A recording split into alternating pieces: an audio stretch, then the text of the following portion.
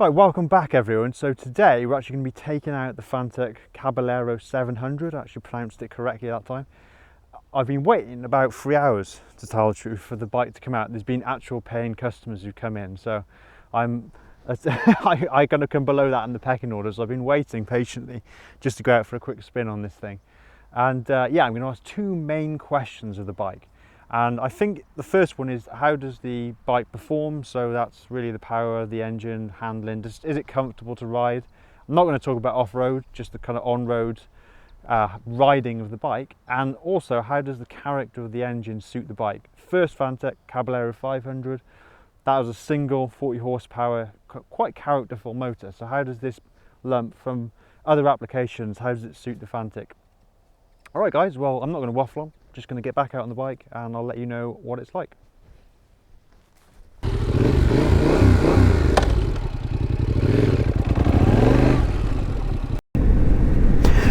Alrighty, we're back out. I say back out, it's the first time I've been out. We're out on the Caballero, I've said it right again, check me out. We're out on the Caballero 700 and I'm actually really enjoying the ride so far. So the first thing to note, first thing I kind of would point out as we roll on into Martley is the view, the point of view of the rider is really nice on this bike. So that's kind of important, isn't it? Because when you're out on the bike, you're not really seeing the rear of the bike, the tail, you're not really seeing the side profile unless you look in a shop window. You're seeing this kind of cockpit view in front of you, and what I've got is a delightful TFT screen. I think that's really nice with the Fantic logo there. You get to enjoy this aluminium top yoke, which is really nice. The bars are nice and wide, got the Fantic branding there. So that is a good start. It's a very good start. The other thing I've noticed is, when I've stopped at a junction, it's really easy to get your feet flat down. And I think that's quite, I don't know. Is it important? It's important to me. I like the fact that the bike's very easy to jump on and ride. You can swing a leg over without having to mount the pegs. A bit like a Royal Enfield Interceptor or the BSA Gold Star. It's got very easy to jump on and ride. And for me, that's quite important in a bike. I like just to be able to throw a leg over, off you go and enjoy the sun, enjoy the scenery. And having a low seat height, at the sacrifice of some ground clearance, admittedly, I think really benefits that. So let's just roll out here. Yeah, oh man, I haven't got onto the engine yet, but that's a nice sounding motor as well. Road ahead closed. Oh, let's go this way then. Go back towards Worcester. Okay, what was I saying? Got put off by that road closure. Yeah, feet flat down, and that makes it very easy. So let's just pull over here. Go onto this gravel. Yeah, nice and easy. Look, I just want to do a turn. If say I wanted to go back the way I'd come, really easy. Let's go down in the gears. I personally appreciate that. Let's talk about the rest of the ergonomics. Nice reach to the bars, obviously with these big flat seats that you have on thanks buddy. Obviously with these big flat seats you have on these kind of retro scrambler type bikes and classic Brit bikes, I can go as far away or as close as I want to the bars. That really helps. That makes it an enjoyable riding experience because you can sort of move around.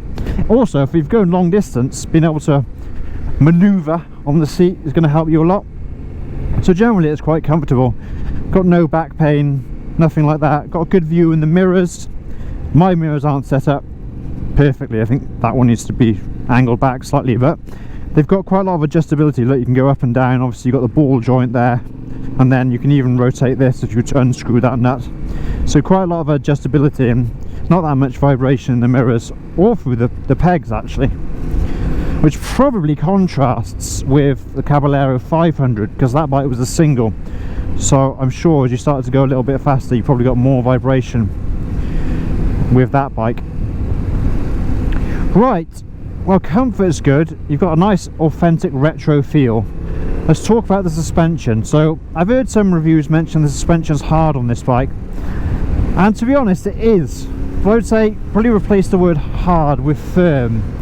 Got the Marazaki 45mm forks up front.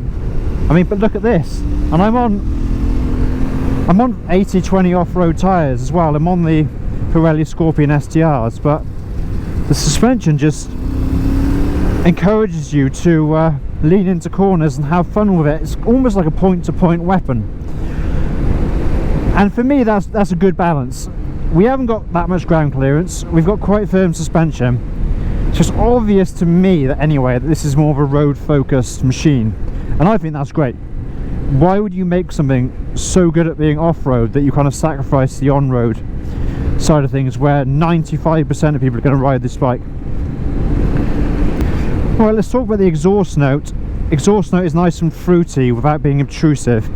They've done the airbox on this. It's a brand new airbox. They've remapped the engine. They've got a custom exhaust, so it's not going to sound like a Tracer 700. That's just not going to be true. It's got a bit of an induction roar,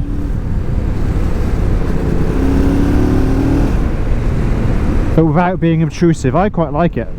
I think you could go for a long distance on this bike and not be too bothered by it. I don't have earplugs in at the moment, which is my own fault. I totally forgot them.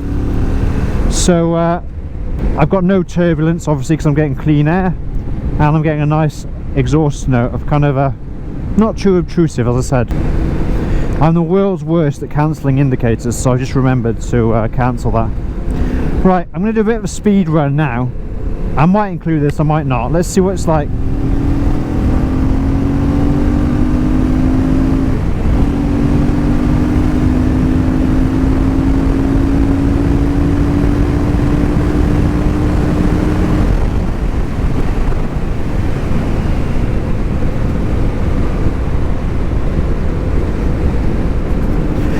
Alright, that easily went up to a autobahn style top speed, so I wouldn't worry about the performance of this engine.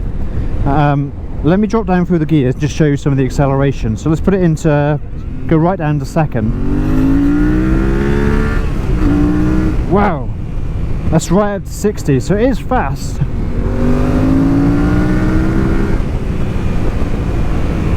It is a fast motorcycle. Let's just see if we can do an overtake here.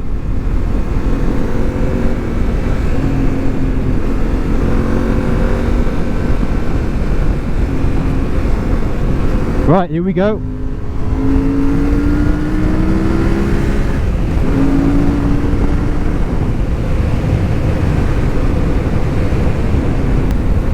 Goes right up to 100 kph in no time at all, and that's all you need to pull off overtakes.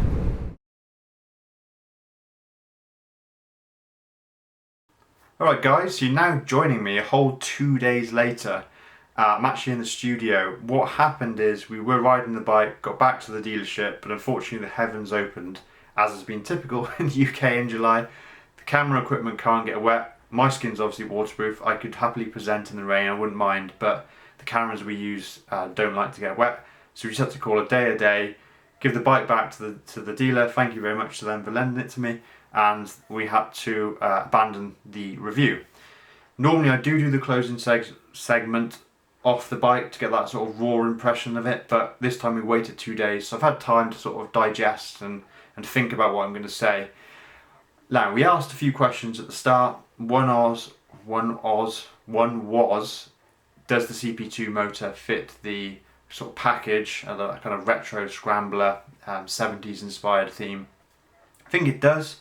Obviously you addressed the main issue with the Caballero 500, which is the power output.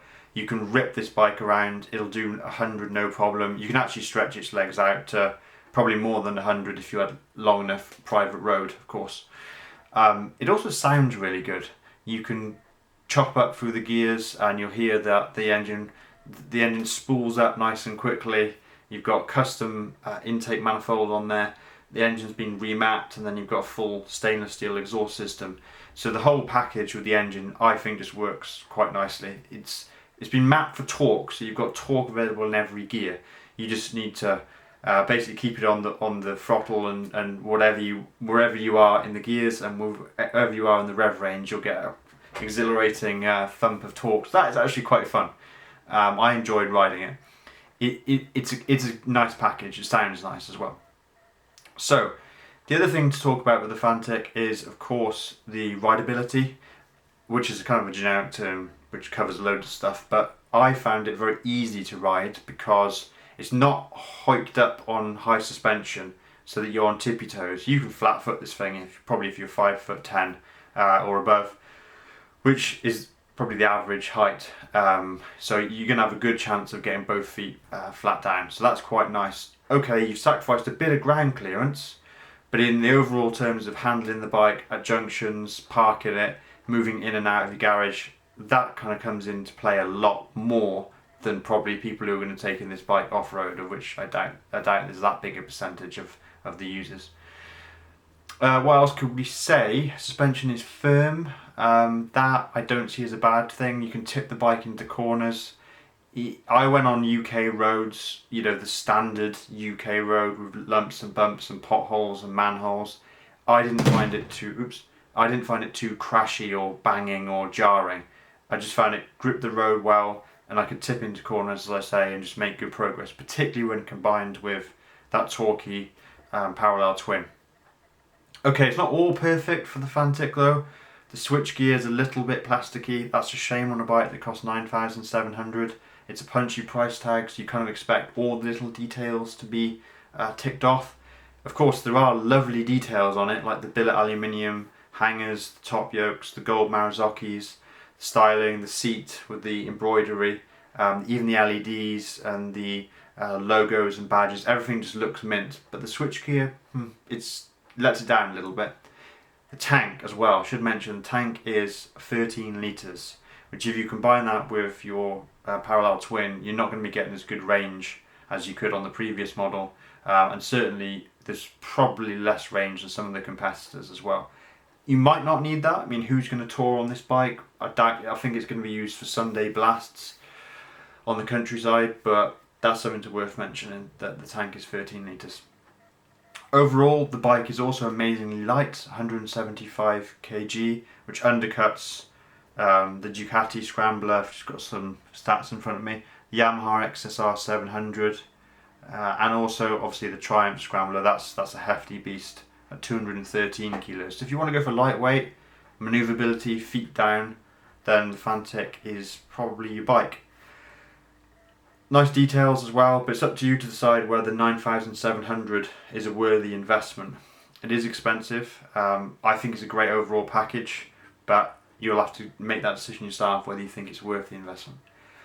Alright guys, well I'm going to end the video there. Please do drop me a like, a comment, and also subscribe to the channel. That really helps us with the YouTube algorithm. It also means that when people look at the channel and I go and ask to borrow bikes and things, it makes me look a bit more serious. The more subscribers I have, it's kind of what people rate you on here on this platform. So if you could consider subscribing, then that would be really helpful to me. So thanks a lot, and I'll see you in the next one.